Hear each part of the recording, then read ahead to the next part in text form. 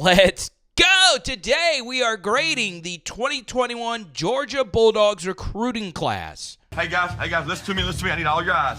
So we'll start our grades with the transfers at the bottom and work our way all the way to the 5 stars. Darion Kendrick, a former 5-star high school recruit, began his career at Clemson, had a bunch of kerfuffles off the field with Dabo and staff, and Kirby Smart decided to take a risk and bring him in as a 1-year rental, and he was phenomenal. You can make a strong case that Georgia does not beat Alabama in the national championship game without Darion Kendrick.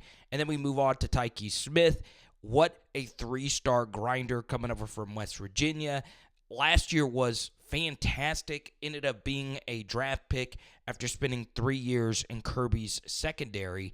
And then we get to Eric Gilbert. There's no other way around it. The best tight end prospect of all time.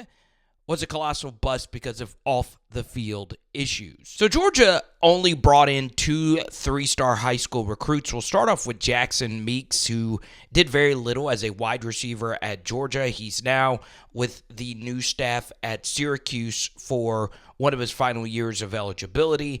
And then we get to Chaz Chambliss, who most famously almost ended Blake Corum's career just a few years ago. You see Kirby Smart, pretty happy about that. It is interesting to go all the way back to 2021 and still see Chambliss on the current roster. It's something you rarely see in this current day and age of college football. Normally you're in the NFL or with another team, but Chambliss still with the team has been mostly a good role player. As J.J. McCarthy says, hey, I'm sorry for almost killing you. Duggan back in the shotgun with one back. Snap it back. Defender flies over a blocker, and then he throws it downfield. It's intercepted by Bullard. So Javon Bullard has a case to being Kirby Smart's best defensive back at Georgia ever. I mean, the dude was just a flat-out baller. He'll be remembered for his 2-interception performance versus TCU. And, man, he was just an A grade, pretty easy. Now, this next grade is a little bit more complex. This is A.D. Mitchell with the Indianapolis Colts. Of course, last year was at Texas. And while he was at Georgia, he really was never an elite producer. But goodness gracious, you won't ever find a wide receiver with more big game catches than A.D. Mitchell at Georgia, catching a touchdown in every single playoff game that he played with the Bulldogs. I think the best way to describe him, another number 5 in sports history, is Robert Horry. So, obviously, he was a good player at Georgia, not elite. Quit the team, went to Texas, and the rest is history. So, I'm going to give him a B. DYJ, do your job. Keep your eyes in the right place. Come on, man. Trust your teammates. So that's Jamon Dumas Johnson riling up the troops right there. And before we talk about him, I want to share with you one startling statistic from our 2021 breakdowns that we've already done, Arkansas and Tennessee. So you're taking a look at the top 3 players for the Razorbacks and the top 3 rated players for Tennessee. And A.D. Mitchell, who we just discussed, was a higher rated recruit than everyone in that Vols class and all but 2 from that Arkansas class, and both of them were bust.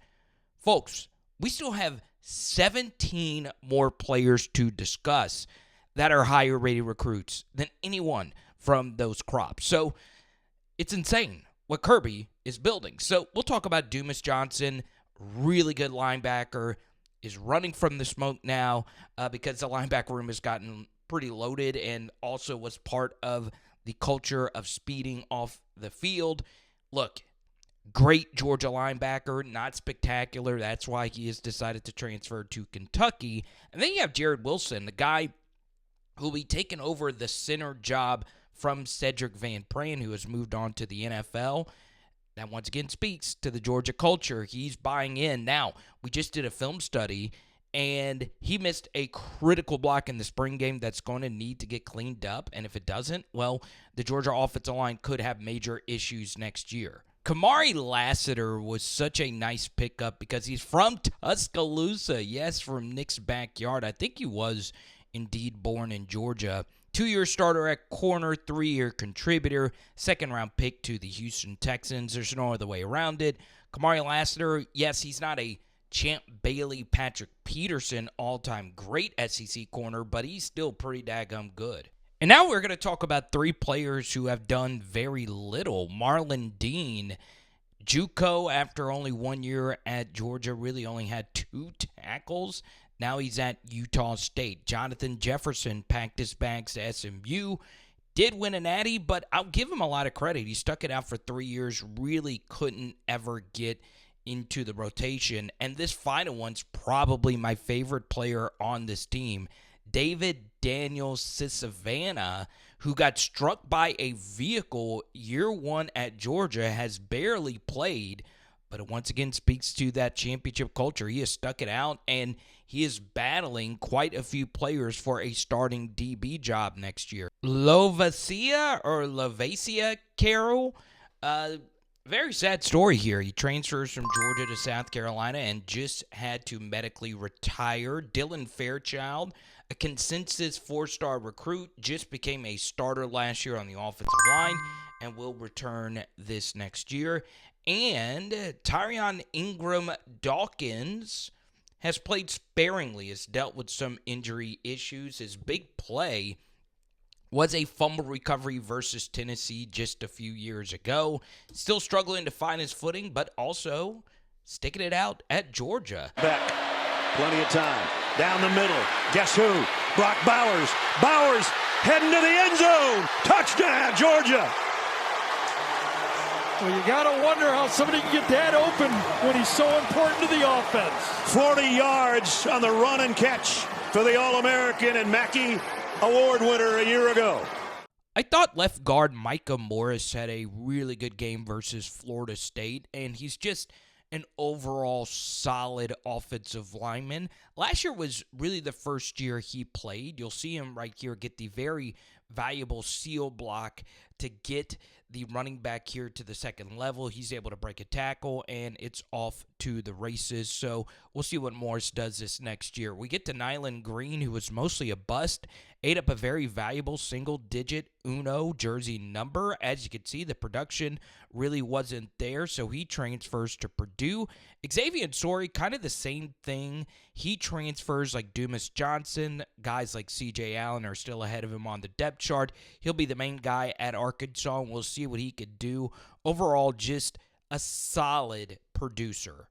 I feel like I learned pretty quickly. I be trying to tell guys, I be like, man, Coach Smart like a troll. Like he gonna try to get under your skin just to see what you could take. But Smale or Smile Munden? Georgia fans, please correct me down below. I just love the name Smale. So basic counting stats would tell you he's good. PFF thinks otherwise. Overall, they feel he's average. But these are the types of guys that really drive other coaches crazy. He's coming back another year, and he definitely has NFL-level athleticism, so we'll see what he can do in his final season at Georgia. Now, we have reached the final 2 5-stars. Can you name them? Before we give you the answer, I want to shout out nooffseason.com. I am a proud sports card consultant for them, and I brought this up on my latest video for my NFL channel, Power Hour NFL. Matthew Stafford's rookie cards are actually cheaper than that of Trey freaking Lance, but we got to move on. To another 5-star quarterback, Brock Vandagriff. I think a lot of Georgia fans have mixed feelings about him. Barely played as a backup from the Bennett era all the way to the current era. He is now at Kentucky. With the 18th pick in the 2024 NFL Draft, the Cincinnati Bengals select Amarius Mims, tackle, Georgia. That is one large Bulldog. So now we get to Amarius Mims. Can't miss 5-star Georgia offensive tackle. Man, what a career. The PFF grades are fantastic for him. And now he protects my favorite all-time quarterback in Joe Burrow. So let's discuss Mims while at the same time taking an overall look at this Georgia Bulldog class. First things first, excellent job by Kirby Smart in this crop. Take a look at some of these development numbers, and they'll really blow you away. 17 of the 23 players, for the most part, played. 12 of them had B or better grades. 3 of them had A's. Now, notice, Mims is not included here. I'm going back and forth on whether or not I want to give him an A because he was very injured this past year, and he basically only gave you 1 full year of starts. But this Ohio State game was absolutely incredible, and when he was healthy, he was fan-freaking-tastic, and I think he's going to be so special at the NFL level. So why not? Revisionist history here. I'll give him an A to make him the 4th Bulldog here. But, man, Kirby, the dude is on a different level when it comes to building a roster. I highly recommend you check out these Tennessee and Arkansas breakdowns. And Georgia fans, you will truly appreciate how well this guy has kept this group of dogs together. And earlier I said something about Chambliss still sticking around and how rare that is. As I moved along, I was just shocked at how many 2021 guys are still coming back. And those experienced players, Mondin, some of those offensive linemen we're talking about, it really goes a long way, right, for helping your team for that next year. So looking forward to seeing what Kirby does next, and I'm looking forward to your comments down below. Do you believe the 2021 Bulldogs best recruiting class ever at Georgia? It is! Power Hour SEC, boom! So, the Georgia film study from the spring game is floating in your face, and tonight we are doing chicken quesadillas. Let's go!